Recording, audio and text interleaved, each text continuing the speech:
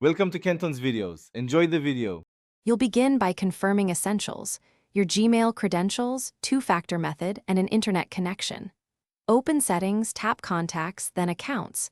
Choose Add Account and pick Google.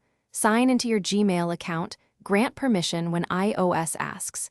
Make sure the Contacts toggle is on before you leave that screen. Once done, iOS begins syncing immediately. You're starting the transfer now, so don't close settings right away.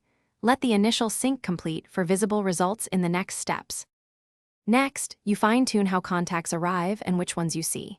Go back to Settings and open your Google account entry under Contacts to confirm Contacts is enabled. Then, check Fetch New Data to set Push or a reasonable fetch interval. Push delivers near-instant updates. Fetch every 15-30 minutes saves battery. Open the Contacts app and tap Groups at the top left to ensure the Gmail group is checked so those contacts show. If some names are missing, toggling the account off and on forces a resync. Finish by verifying your contacts list. Open Contacts and scan for recent entries. If you want new contacts saved to Gmail, set Default Account under Settings right arrow Contacts. For stubborn sync issues, toggle Contacts off for the Google account, wait a few seconds, then toggle it back on.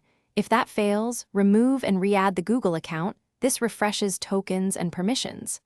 One key troubleshooting tip: if contacts still don't appear, confirm Gmail's contacts are actually stored under your Google account, not other contacts, and that two-factor approval wasn't blocked. Thanks for watching. Consider subscribing if we helped you.